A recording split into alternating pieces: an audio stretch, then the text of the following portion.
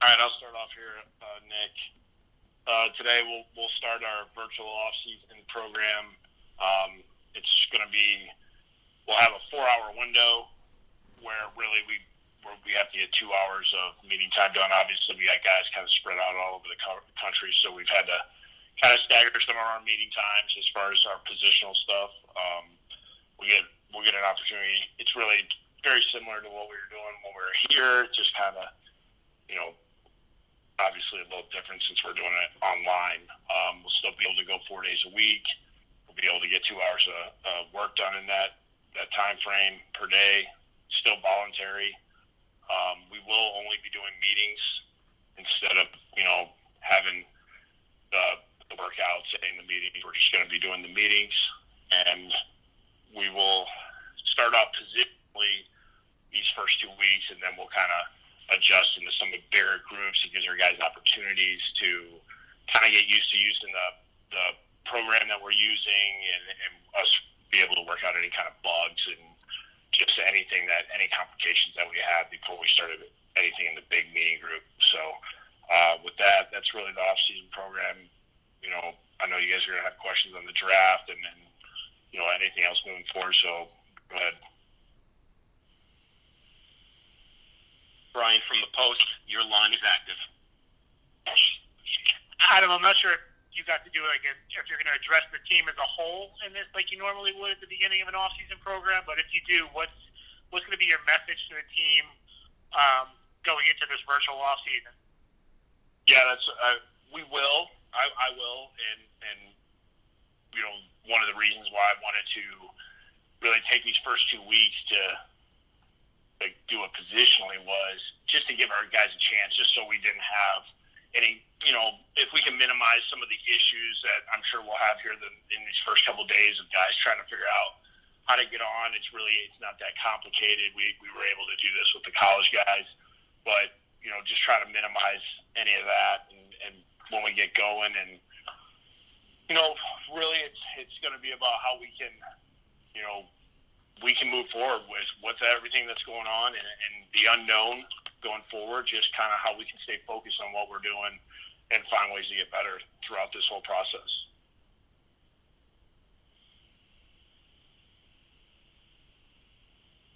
Rich from ESPN, your line is active. Yeah, Adam, just 2 more questions on this program. Are you going to be doing, during that 2-hour window with the players, are you, for instance, personally going to be doing X's and O's type stuff, installation? If you could just talk about that. And also, don't the players have some, home video, how to do workouts at home, suggestions, recommendation on actual physical workouts? Yeah, I think the whole workout stuff, I think a lot of guys had. Everybody's kind of been doing a little bit of a different thing. I do think there's some instructional things that have been, that these guys had before they even left that they've been using for a long time, and a lot of guys are on their own. They have their own trainers and things like that they've been working with. So, I feel pretty good about where we're at with how guys are going about working out. As far as the virtual online things, I'm going to be very hands-on in this, whether it be meeting with certain positions, quarterback, any of the offensive positions. The best thing about being able to this program is I can jump in and out of a lot of different meetings.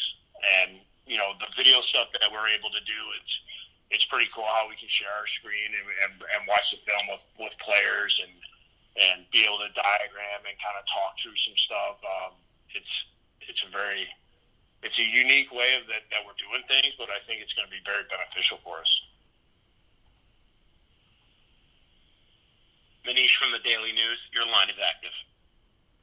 Adam, a couple questions. First, could you speak to the overhaul on the offensive line, specifically Phantom McGovern, and just how challenging will it be for you to get a whole entire group up front up to speed, given that you won't be on the field? And then secondly, along those same lines, you had mentioned that you want to spend this offseason getting a better understanding of what works for Le'Veon? Obviously, not being on the field would make that more challenging. So what are your plans to work with him specifically? Yeah, we'll kind of see how the off-season program goes with this being virtually with Le'Veon, and really, I mean, there's been texting back and forth. It's just I never know how until like we get going with this of like who's going to be there. But there's just got to be a lot of communication. I mean, that's just really got to be the big thing this offseason. Make sure that we're all good to go there. As far as the O-line, it's interesting to see when guys get moved in. I don't think I've really been a part of kind of the amount of guys that we've kind of brought in, the change out that we've had, and guys signing with other teams. But I really think it's going to come down to really how quickly we can come together chemistry-wise on the field. Obviously, all teams are in the same boat here, where who knows when we're going to get back on the field, but it's going to be about how fast that we can really gel together as a group and play well together. And really, when it comes down to it, it's last year I look at where things kind of started out rocky for us, and then kind of once that group of O-line got together, then all of a sudden those guys gelled together pretty quickly, and we had success.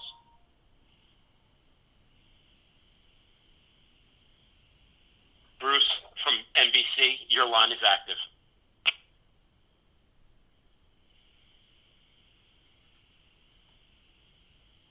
Bruce, your line is active. Adam, what are the challenges of this unique off-season program, and will you know if you're connecting with your guys because they're not right next to you? And the second part is, does this require more preparation by you? I mean, really, a lot of this stuff preparation-wise is really kind of done. It's not that hard. I mean, they're really.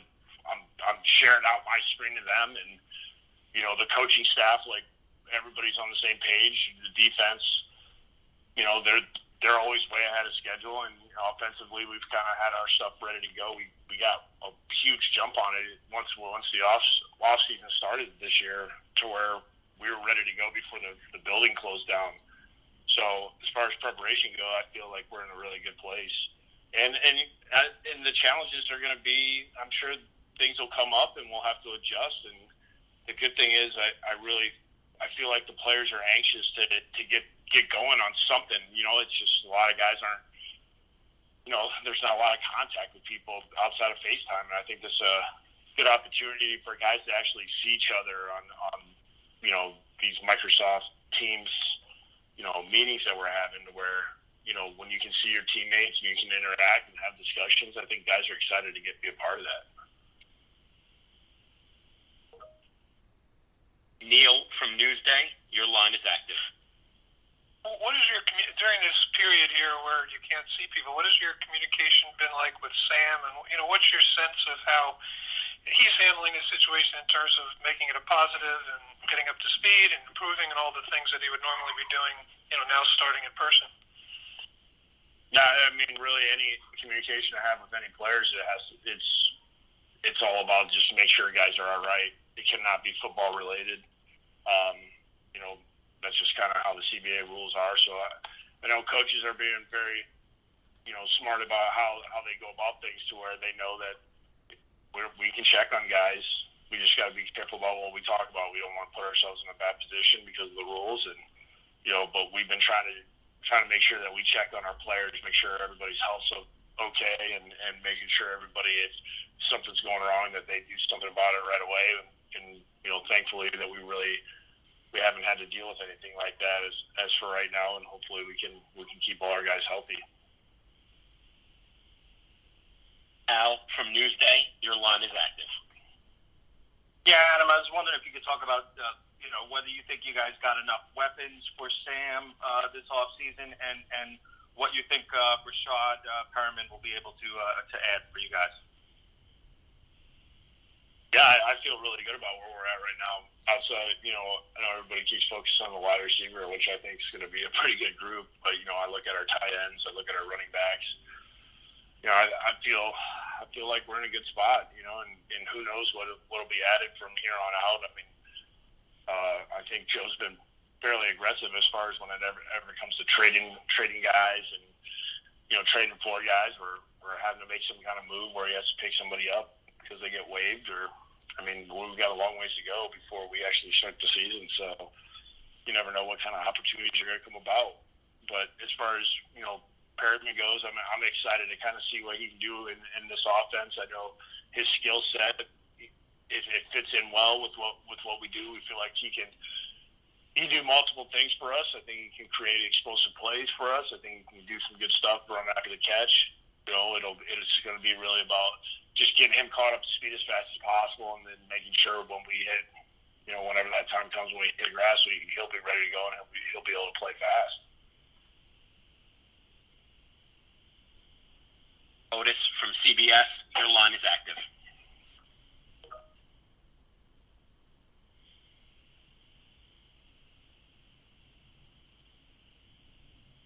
Each other. How Otis from CBS, your line is active. Yes. You hear me? Hello? You're good. Okay, you got me? Okay. Otis, Adam, your line. You talked about how anxious and excited the players are to see one another, literally, for a change. How about yourself? How excited are you to get back to what I guess is going to have to be the new normal for the present, talking about football? Yeah, I'm excited because we've been basically doing this with the personnel guys and the coaches when we had meetings, and that's really kind of what our life has been. And it's going to be fun to see. It's going to be fun to see the players because I haven't seen them in a long time, and be able to talk to some of these guys and some of the other position groups and see the defensive guys. It's just, it does. It feels like it's been a long time since I've seen these guys, because at least a lot of times during leading up to the off season, you at least kind of see guys passing the hallways because guys start kind of filtering in, getting their things lined up, ready to go for the off season, and we haven't had that opportunity this year.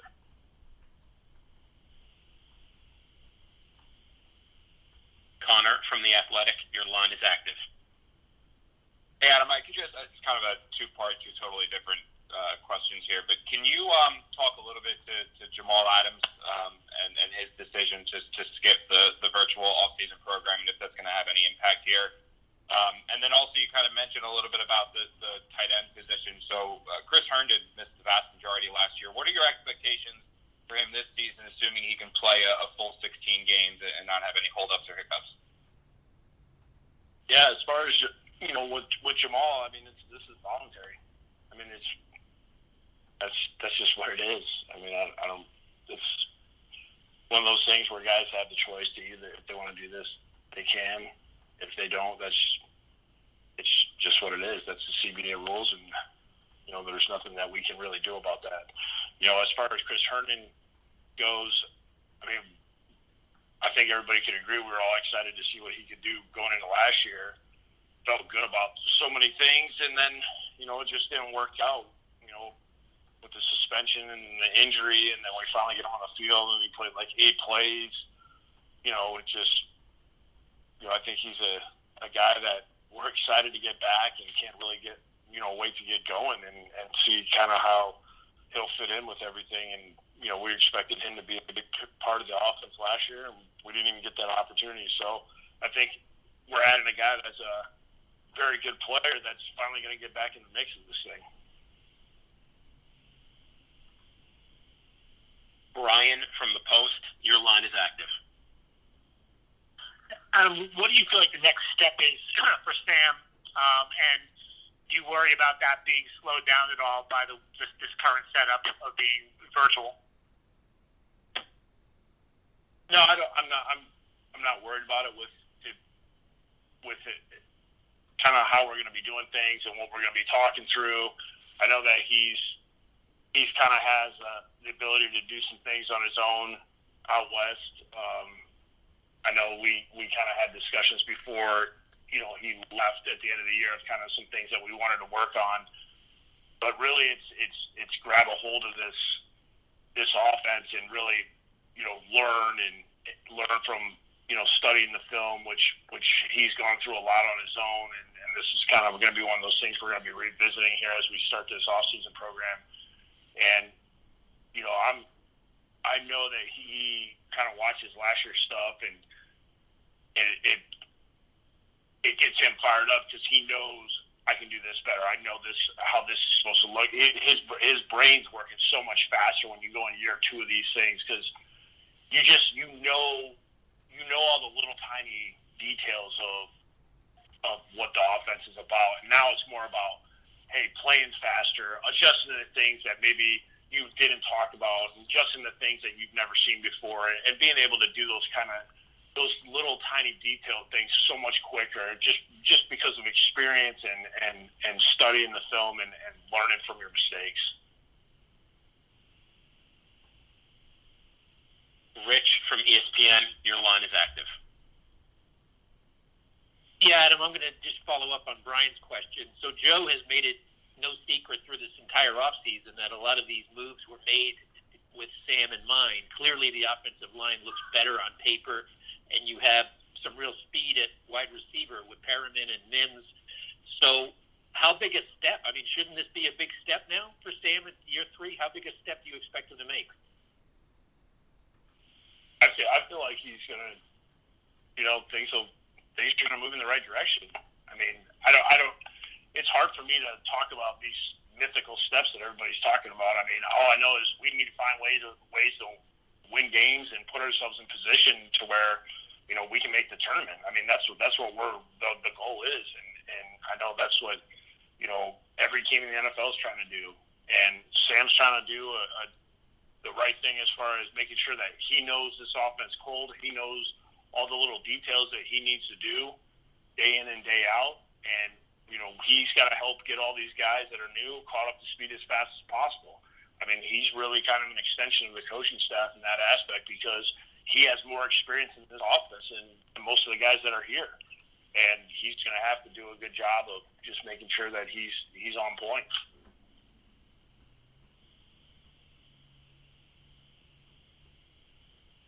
Manish from the Daily News, your line is active. Adam, a couple of things.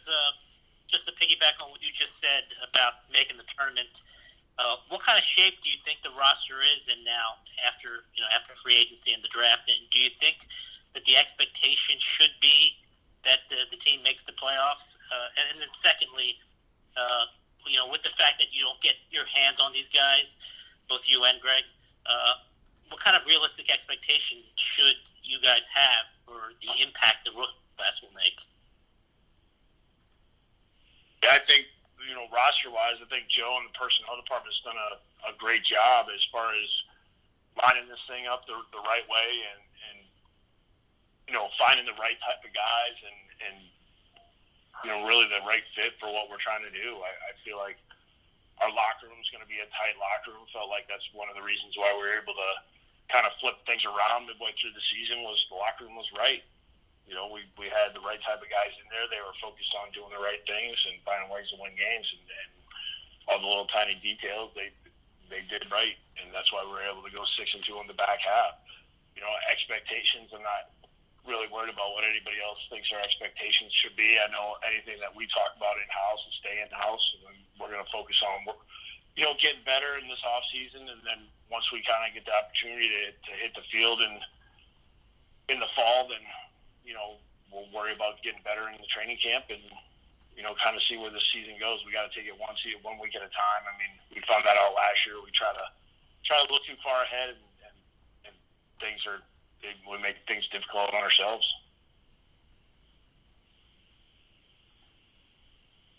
Ralph from SNY, your line is active. Hey, Adam. You talked earlier about the weapons you got for Sam, the receivers and the tight ends. I'm curious about the running back you guys drafted in the 4th round, LaMichael Creed. What about his skill set fits into your offense? What are your thoughts on how ideally you'd like to use him this season? Yeah, we'll kind of see how how the flow of kind of any kind of rotation would go. I mean, it's hard to anticipate that right now.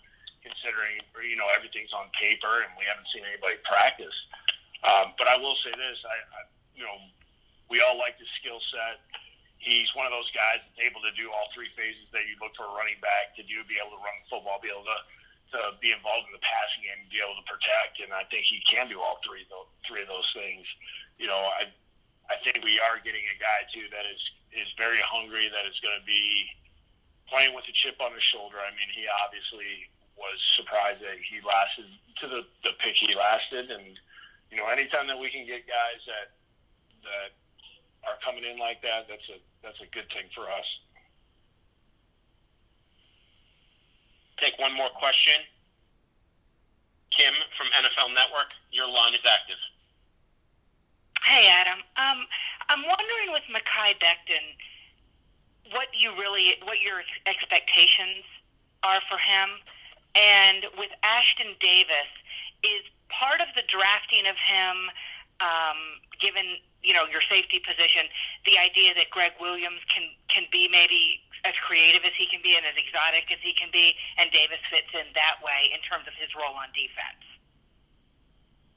As far as Mekhi goes, I mean, we're at the beginning stages of everything right now. I mean, we got to, when we get an opportunity and that kind of that rookie time kind of starts up, getting him caught up with the offense as fast as possible and get him to learn all the techniques and the verbiage, and it's a big jump from college to pro, and just get him caught up with that as fast as possible. I mean, the good thing is he's very sharp, and he's it'll take a second, but I think he's going to get caught up pretty quick, especially the way that Frank kind of implements a lot of these offensive line, the terminology and the techniques and things like that, and we'll kind of see how things play out when we get on the grass. And as far as Ashton goes, it's really, he brings a lot to the table with the multiplicity that he plays, with all the positions that he plays, his ability on special teams. I mean, you're looking at a guy that can do a lot of things for us. You're always looking, it seems like it comes up all the time where all of a sudden, whether it's a third safety gets thrown in there, and you're looking to make sure that there's not a lot of drop off when you got to bring a guy in there. And plus, with Greg, the amount of packages he has, we're able to put him in a lot of different spots and move these guys around. I mean, Marcus and Jamal are so versatile in all the things that they can do. So now all of a sudden you got three guys that can do the same thing where they're all moving all over the place. Makes it difficult for an offense to really kind of know what's going on. And for us to have the ability to be able to do that, how much we do it, we'll kind of, time will tell. But just being able to have that, option for Greg is a good thing for us.